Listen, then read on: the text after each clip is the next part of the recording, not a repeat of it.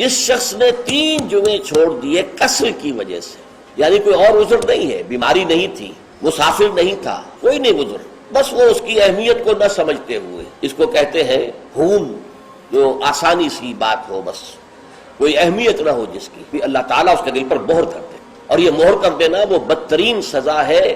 جو بدترین کافروں کو دنیا میں دی جاتی ہے، یہ بدترین کافروں کی سزا ہے۔ جو مسلمان جمعے کی اہمیت کو نظر انداز کرتے ہوئے بغیر کسی عذر کے اگر وہ جمعہ چھوڑ دے گا 3 جمعے، تو اس کے دل پر مہر ہو جائے گی۔ پہلی روایت ترمذی کی تھی، یہ ابو داؤد اور نسائی کی ہے۔ امام مالک نے جو ان کی کتاب مشہور ہے الموطا، حدیث کا پہلا مجموعہ، حدیث اور فقہ دونوں کا، اس میں کہتے ہیں امام مالک کہ میں یہ تو نہیں کہہ سکتا کہ یہ صفوان ابن سلیم نے رضی اللہ عنہ